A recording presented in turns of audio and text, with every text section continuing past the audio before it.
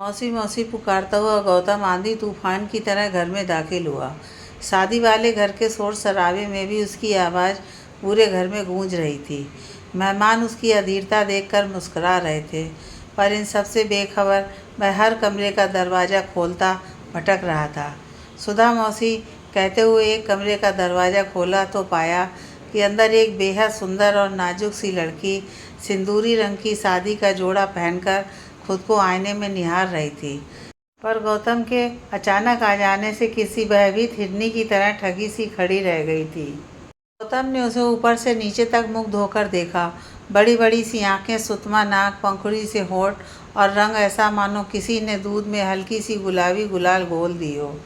सुंदरता और नजाकत के सांचे में ढली उस लड़की को वो ऐसे ही देखता रहता अगर नैना आकर उसे न पुकारती। गौतम भैया, झटके से दरवाज़ा बंद कर वह नैना की ओर पलटा। कैसी है मेरी गुड़िया? और मौसी कहाँ छिपी बैठी हैं?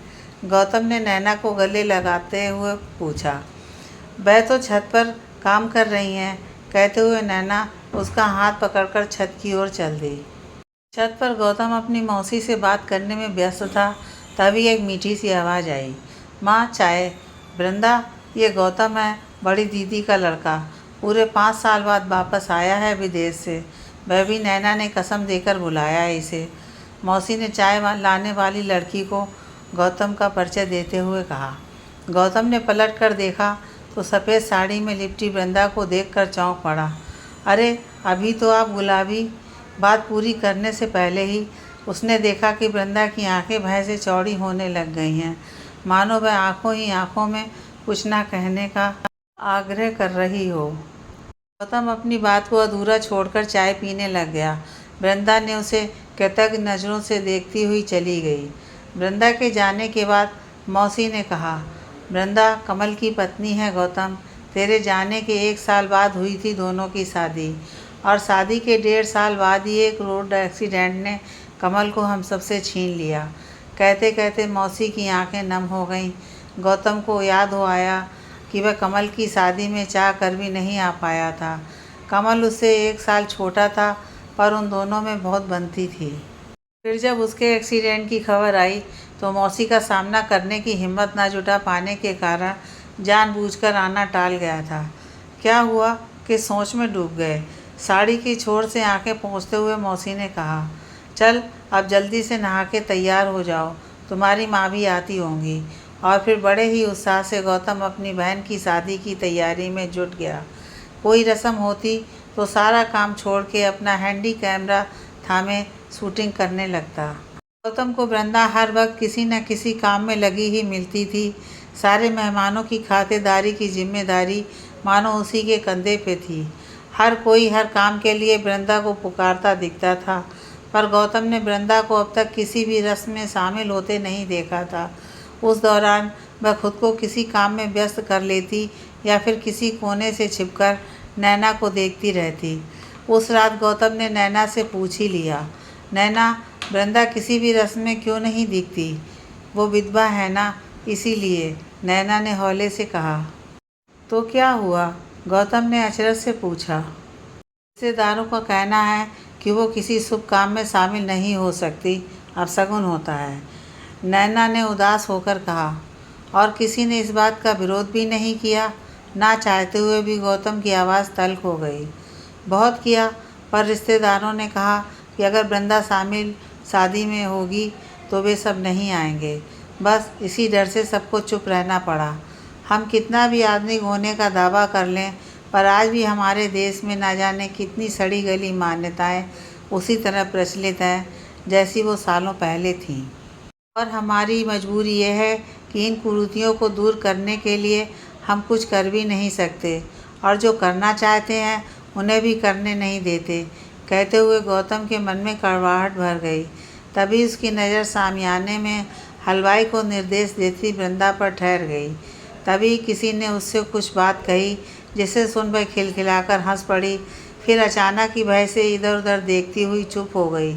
वृंदा तो शांत हो गई, पर उसकी मोहक सी निर्दोष हंसी गौतम के मन में मीठी सी हलचल मचा गई थी।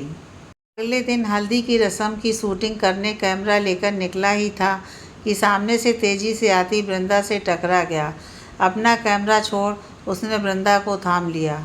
मैं ठीक हूँ, वृंदा ने हौले से कहा तो गौतम ने अचकचाकर उसे छोड़ दिया। अचानक छोड़े जाने से वृंदा संभल नहीं पाई और फिर से लड़खड़ा गई। गौतम ने एक बार उससे फिर से अपनी बाहों का सहारा देते हुए शरारत से मुस्कुराते हुए बोला, लगता है मेरी बाहें आपको सहारा देने को ही हैं। वृंदा ने चौंक कर उसे देखा, फिर नज़रें नीची कर तेज़ी से वहाँ से निकल गई। शादी से पहले की रात नैना और गौतम कमरे में बातें कर रहे थे। तभी वृंदा वहाँ आई और गौतम को वहाँ देखकर वापस जाने लगी। अरे भाभी, रुको ना, कहाँ जा रही हो? बस आज और बैठो मेरे पास, फिर न जाने कब फुर्सत मिले ऐसे बैठने की, नैना ने कहा तो वृंदा सकुचाती हुई बैठ गई। हाँ तो भैया, आपको सच में अब तक कोई लड़की पसंद नहीं आई? अब तक? अपनी बातों को आगे बढ़ाते नैना ने गौतम से पूछा। मुझे तो है, हर लड़की पसंद आ जाती है, पर लड़कियों को मैं पसंद नहीं आता, गौतम ने वृंदा को देखते हुए कहा। आप जैसे लड़के को कोई लड़की नापसंद कर ही नहीं सकती। गोरा चिट्टा रंग, सरल और आकर्षक व्यक्तित्व, ऊंचा लंबा गठीला शरीर, ठीक वैसे जैसे एक अच्छी सी उपमा सोचते हुए नैना अटक गई। जैसे कोई सुंदर से ग्रीक देवता, वृंदा ने कहा तो नैना और गौतम चौंक कर उसे देखने लगे। तो वृंदा ने अपना होंठ काटते हुए नज़रें झुका लीं। हाँ बिल्कुल ठीक, खुश होते हुए नैना ने कहा। नैना नैना, मौसी ने आवाज़ दी। आई माँ, कहते हुए नैना चली गई। जैसा कि नैना ने कहा कि कोई लड़की मुझे नापसंद नहीं कर सकती, तो क्या मैं ये समझूं कि आप भी मुझे पसंद करती हैं? वृंदा ने आश्चर्य से गौतम की ओर देखा। आप भूल रहे हैं कि मैं एक विधवा हूँ। गौतम ने उठकर जाती हुई वृंदा का रास्ता रोककर कहा। तुम क्या थी क्या हो, इससे मुझे फ़र्क नहीं पड़ता। मैं बस इतना जानता हूँ कि जिसकी मैं सदा से कल्पना करता था वो तुम हो।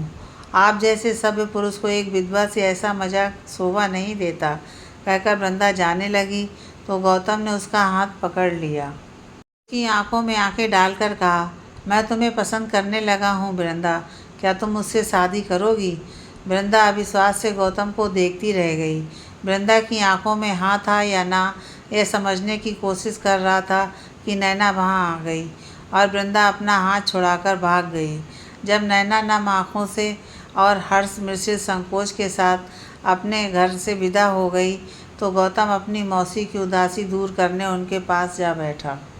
मौसी, अब तो नैना भी विदा हो गई, अब तो तुम बस आराम करोगी, गौतम ने उन्हें छेड़ते हुए कहा। आराम? नहीं रे, अभी तो मुझे अपना आखिरी पर सबसे बड़ा कर्तव्य पूरा करना है। गौतम को अपनी ओर उत्सुकता से देख उन्होंने कहा। अब मुझे एक अच्छा सा लड़का देखकर उसका घर बसाना है। मैं फिर से उसकी इंद्रधनुषी रंग से सजी अपनी गृहस्थी में रचा बसा देखना चाहती हूँ। कितनी स्वार्थी हो मौसी, तुम्हें सबकी चिंता है, बस अपने इस बेटे को भूल गई, गौतम ने माहौल बनाते हुए कहा। नहीं रे, तुझे कैसे भूल सकती हूँ, कमल के बाद तुम ही तो सब कुछ हो मेरे, पर अब तुम्हारी शादी का जिम्मा दीदी का है। हाँ, अगर तुझे कोई पसंद हो तो बता दे मुझे, मौसी ने लाड़ से कहा। हाँ मौसी, एक लड़की पसंद तो की है मैंने, गौतम ने धीरे से कहा। सच? कौन है वो? हिंदुस्तानी है या कोई विदेशी गोरी पसंद आ गई? मौसी की उत्सुकता उसे हंसा गई। यहीं की है मौसी वो, बिल्कुल हिंदुस्तानी, और आपकी तो जानी पहचानी है वो। गौतम अपनी बात अधूरी छोड़ मौसी की गोद में सिर रख के लेट गया। अरे अब पहेलियाँ मत बुझा, जल्दी बता कि कौन है वो, वृंदा, उसने हौले से कहा तो उसके बाल सहलाते मौसी के हाथ सहर उठे। क्या कह रहा है गौतम, होश में तो है ना? गौतम ने उठकर मौसी का हाथ थाम लिया। बिल्कुल होश में हूँ मौसी, फिर आप भी तो उसकी दूसरी शादी करना चाहती हैं ना, तो मुझसे अच्छा लड़का कहाँ मिलेगा आपको? मैं सच में वृंदा से प्यार करने लगा हूँ मौसी, और उसे खुश देखना चाहता हूँ, गौतम ने दृढ़ स्वर में कहा। वो तो सब ठीक है बेटा, पर तुम्हारी माँ नहीं मानेगी इस बात को, मौसी परेशान हो उठी। आपको याद है मौसी, बचपन में शरारत करने पर जब माँ मुझे मारने आती थी तो आप कैसे मेरी ढाल बन के खड़ी हो जाती थी। आज मुझे फिर उसी ढाल की ज़रूरत है मौसी। मौसी ने मुस्कुराकर अपनी सहमति जताते हुए उसे गले लगा लिया तो गौतम का चेहरा खिल उठा।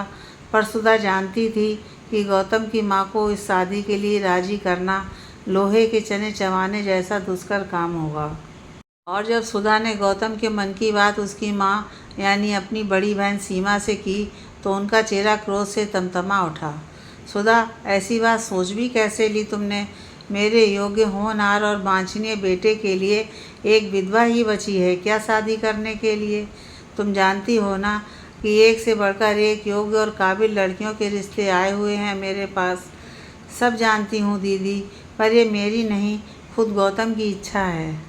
याद है सुधा, बचपन में गौतम कई बार निम्न स्तर की चीज़ों की जिद लेकर बैठ जाता था और मेरे मना करने के बाद भी तुम उसे वो दिला देती थी। पर अब ना वह बचपना रहा, ना उसकी यह जिद मानने जैसी है, सीमा ने घमंड से कहा। पर क्यों दीदी? अभी उस दिन आप ही तो मुझे वृंदा की दूसरी शादी की सलाह दे रही थी। फिर तो क्या मेरी सलाह में अमल करने के लिए तुम्हें मेरा ही बेटा मिला था? सीमा की आवाज़ तेज हो गई। गौतम को मैंने कभी अपने बेटे से कम नहीं समझा दीदी, कहते हुए सुधा की आंखों में आंसू छलक आए। बेटे जैसा समझा, पर बेटा नहीं समझा, वरना एक बेटे की उतरन दूसरे पर ना थोपती। सीमा की बातें सुधा के कानों में जहर घोलते उतर गईं। माँ! गौतम का तेज स्वर सुनकर दोनों चौंक पड़ी। वह न जाने कब से उन दोनों की बातें सुन रहा था। तुम बड़ों की बातों में दखल मत दो गौतम, सीमा ने संभालते हुए कहा। पर बात मेरे जीवन से जुड़ी हो तो दखल कैसे न दूं? उसने प्रतिप्रश्न किया। क्योंकि भावनाओं में बहकर छोटे अक्सर गलत निर्णय ले लेते हैं। मैं इतना छोटा भी नहीं हूँ कि अपना भला बुरा ना समझ सकूँ माँ, पर इतने बड़े भी नहीं हुए कि अपनी माँ से जवान लड़ा सको। सीमा ने अपने अधिकारों का उपयोग किया। मैं जवान नहीं लड़ा रहा हूँ माँ, मैं तो बस वृंदा से शादी की इच्छा बता रहा हूँ, गौतम ने धीमे पर दृढ़ स्वर में कहा। एक बार नहीं, 1000 बार नहीं, और अब इस टॉपिक में मुझे कोई बहस नहीं चाहिए। सुधा और गौतम पर एक तीखी नज़र डालते हुए सीमा वहाँ से चली गई। शाम ढले, गौतम छत पर अकेला खड़ा था। वृंदा से शादी का मोर्चा तो उसने खोल दिया था घर में, पर खुद वृंदा क्या चाहती है ये अब तक उसकी समझ में नहीं आया था। वह सोच रहा था कि आज नैना होती तो उसकी मदद ज़रूर कर देती। तभी किसी के कदमों की आहट ने उसकी सोच को रोक दिया। कौन है वहाँ? उसने अंधेरे में नज़र गड़ाते हुए देखा। परछाई अंधेरे से बाहर आई। वृंदा, तुम यहाँ? वह चौंक पड़ा। आप ये सब क्यों कर रहे हो गौतम? कांटों की सेज बन चुके मेरे जीवन में सुधा माँ का प्यार ही एकमात्र सुखद एहसास बचा है। आप उसे भी क्यों छीन लेना चाहते हैं मुझसे? माँ और सीमा मौसी के बीच तनाव का कारण नहीं बनना चाहती मैं। मुझे मेरे हाल पर छोड़कर आप चले जाओ प्लीज़। वृंदा की आवाज़ का अकेलापन सहमा गया गौतम को। उस दिन जब शादी का जोड़ा पहने तुम्हें देखा था, तब बहुत से सिंदूरी सपने भी देख लिए थे मैंने तुम्हारी आंखों में। गौतम उसके करीब आता हुआ बोला।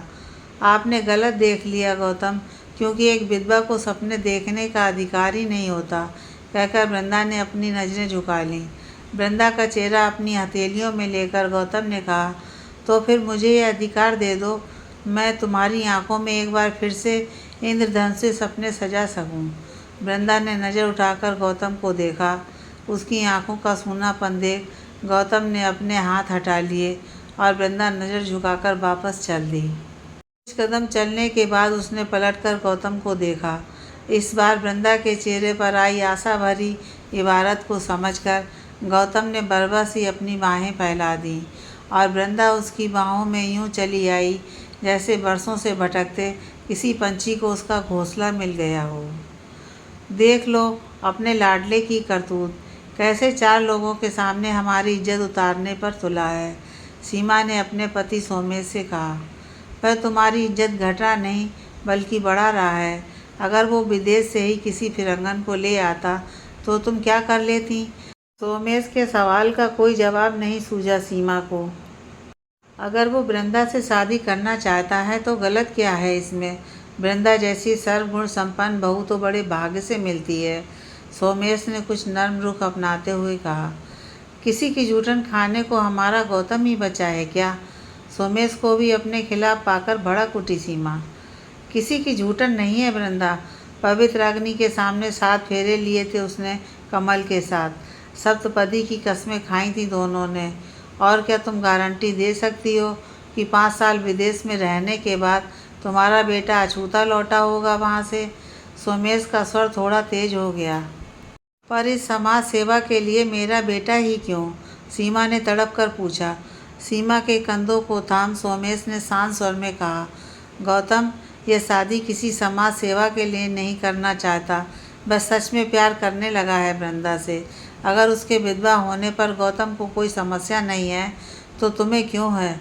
तुम्हें तो अपने बेटे पर गर्व होना चाहिए कि वह हमसे इजाज़त मांग रहा है, अपना निर्णय नहीं सुना रहा है। चलो मैं मान भी जाऊं तो लोग और समाज क्या कहेगा इस संबंध पर? सीमा ने अपना आखिरी दांव खेला। आपको जमाने की कब से फिक्र होने लगी दीदी? वह तुम थी ना जिसने पिछले साल सुमन चाची की विधवा बेटी का दूसरा विवाह कराया था। फिर आज तुम्हें खुद इतनी आपत्ति क्यों है? अचानक कमरे में आते हुए सुधा ने पूछा तो दोनों चौंक पड़े। अभी बताती हूँ कि मैं इस विवाह का विरोध क्यों कर रही हूँ, कहकर सीमा ने उच्च स्वर में वृंदा और गौतम को पुकारा। उनकी तेज आवाज़ सुनकर दोनों हड़बड़ाए से कमरे में आए। गौतम पर एक उचटती नज़र डालकर सीमा वृंदा के पास जा पहुंची। अनजाने भय से वृंदा के माथे पर पसीना बह आया था। वृंदा ने अविश्वास से सीमा की ओर देखा। उनके चेहरे पर छाई स्निग्ध मुस्कान देखकर वृंदा ने आश्वस्त होकर पलकें झुका लीं। सीमा का बदला व्यवहार देखकर सभी हैरानी से एक दूसरे का मुंह ताक रहे थे। सुधा, आज से तुम्हारी वृंदा मेरी बहू हुई, सीमा ने वृंदा के सिर पर हाथ रखते हुए कहा। दीदी, ये सब क्या है? सुधा ने सुखद आश्चर्य से कहा। मैंने इस विवाह का विरोध इसलिए किया सुधा, क्योंकि मैं पूरी तसल्ली कर लेना चाहती थी कि कहीं गौतम ने वृंदा की सुंदरता देखकर जल्दीबाजी में शादी का निर्णय तो नहीं ले लिया, इसके कारण बाद में उसे या तुम्हें पछताना पड़े। अगर ऐसा होता तो क्या तुम गौतम को माफ़ कर पाती? सीमा के सवाल का सुधा कोई जवाब न दे सकी। फिर सीमा ने गौतम की ओर देखा। मैंने इस विवाह का विरोध इसलिए भी किया क्योंकि मैं चाहती थी कि वृंदा के विधवा होने को लेकर किसी के मन में कोई फांस ना रह जाए। सभी वृंदा को उसके गुणों के कारण स्वीकार करें, ना कि सिर्फ गौतम की जिद या सहानुभूति के कारण। किसी की बेटी को बहू या पत्नी बनाकर ले आना तो सरल है सुधा, पर किसी की बहू को फिर एक बार अपनी बहू बनाना बहुत कठिन है। मेरा परिवार और खुद गौतम इस जिम्मेदारी को निभा सकेगा या नहीं, ये जानने के लिए मुझे ये नाटक करना पड़ा। पर मेरे इतने विरोध के बाद भी गौतम को अपनी बात पर अडिग देखकर अब मैं निश्चिंत हूँ, वरना इतनी समझ तो मुझ में भी है कि वृंदा जैसी बहू बड़े भाग्य से मिलती है ना सोमेश? इतना कहकर सीमा ने वृंदा का माथा चूम लिया।